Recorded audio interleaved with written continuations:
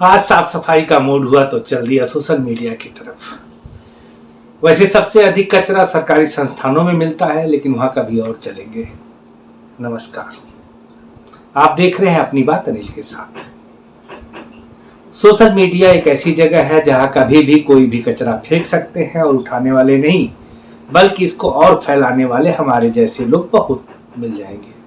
बहुत कुछ अच्छी बातें भी मिलती हैं, लेकिन वो सब आपको उसी गुलाब की सूखी पंखुड़ी की तरह मिलती हैं जो जवानी के दिनों में अपनी किताब में सजो के रखे हुए थे। आज मैं सोशल मीडिया देख रहा था तो मैंने क्या, आपने भी देखा होगा, और नहीं देखा होगा तो आप अब देख लीजिए लगे हाथ। इन फोटोज को किसने ट्वीट किया है मत पूछिएगा, अन्यथा आप भी संदेह के घेरे में आ जाएंगे। वैसे आपको बताता चलूं कि आजकल देश में दो ही मीडिया सक्रिय है, एक गोदी मीडिया तो दूसरा सेकुलर मीडिया। एक गोदी मीडिया है जो सरकार के जूते चाट रहा है, यानी कुत्ते से भी बुरा, क्योंकि वो तो तलवा चाटता है ना, ऐसा कहा जाता है, मैंने देखा नहीं। एक तस्वीर जरूर मिली कुत्ते की, लेकिन यह मुंह चाट रहा था। अब उसी जूता चाटने वाली तस्वीर को देखिए, लेकिन अब उसमें थोड़ा सा बदलाव कर लीजिए, यानी जहां पर मीडिया लिखा हुआ है वहां पर गवर्नमेंट लिख दीजिए, और जहां गवर्नमेंट लिखा हुआ वहां मीडिया लिख लीजिए, क्योंकि बारी बारी से बदलता रहता है। यानी कभी वो चाटते हैं और कभी वो चाटते हैं। अब देखिए इस तस्वीर को, पत्रकारिता से जूते चमकाए जा रहे हैं और हकीकत भी है, लेकिन उस पर डिस्कशन करें तो कुछ और तस्वीर देख लीजिए। इस तस्वीर में विजय शंकर सिंह आईपीएस रिटायर्ड यह लिखा हुआ है, इस फोटो को ट्वीट करते हैं। अब मुझे शंका होती है कि आईपीएस थे भी या नहीं। यदि थे तो कैसे बने, इस पर भी सवाल खड़ा किया जा सकता है। लेकिन जिस देश में मुख्यमंत्री अपने पैरों पर खड़ा नहीं हो सकता, वहां मेरा सवाल कैसे खड़ा हो सकता है। अब आप असली क्लिप देखिए। इस क्लिप की सच्चाई यह है कि एक फोटोशॉप द्वारा एडिटेड क्लिप है। यहां पर मोदी जी के हाथों में जो कैमरा देखेंगे निकॉन का है, लेकिन उस पर जो ढक्कन लगाया है वो कैनन का लगा दिया है। हो सकता है कि एडिट करने वाले के दिमाग का ढक्कन उस समय ना खुला हो। गुजरात में चुनाव हो रहा है, जहां पर आम आदमी पार्टी के हैंडल से एक ट्वीट किया गया है, गुजरात में शुरू हुआ देश का पहला स्मार्ट टनल, सूरत में अंडरग्राउंड टनल में घुसिए और सीधे अहमदाबाद में निकलिए बाहर। यह है गुजरात में 27 साल के बीजेपी मॉडल का चमत्कार। और फोटो आप देख रहे हैं। अब इसमें सूरत में है, कहां है, और अहमदाबाद पहुंचे कि नहीं पहुंचे।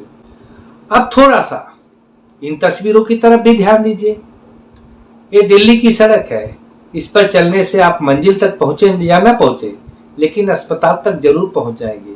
लेकिन ध्यान रहे, अस्पताल जाना मोहल्ला क्लिनिक नहीं, क्योंकि इससे जो घायल होगा उसका इलाज मोहल्ला क्लिनिक में नहीं हो सकता है।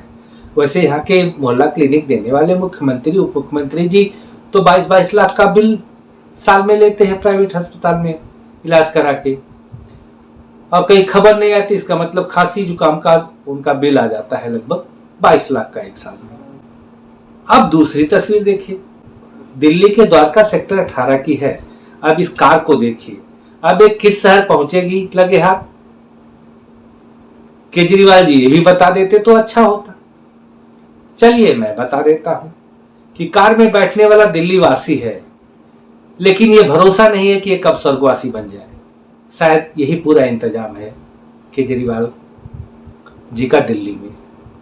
गुजरात की सड़कें देखने पहुंच गए, ट्वीट कर लिया, लेकिन ये सड़क नजर नहीं आई। कुछ लाइव अगर चल के मैं वो भी दिखा सकता हूं कि कितना खड्डा बना हुआ है। अरे इन पार्टियों और प्रचार के चक्कर में मैं अपना प्रचार करना ही भूल गया। अब तो आप समझ गए होंगे कि वीडियो को लाइक और शेयर करना है, चैनल को सब्सक्राइब, बस इतनी सी बात है। आइए चलिए आगे चलते हैं। खबर में मजा नहीं आता आजकल यदि राहुल गांधी जी का जिक्र ना हो, लेकिन उससे पहले पत्रकारों के ऊपर व्यंग की कुछ और तस्वीरें।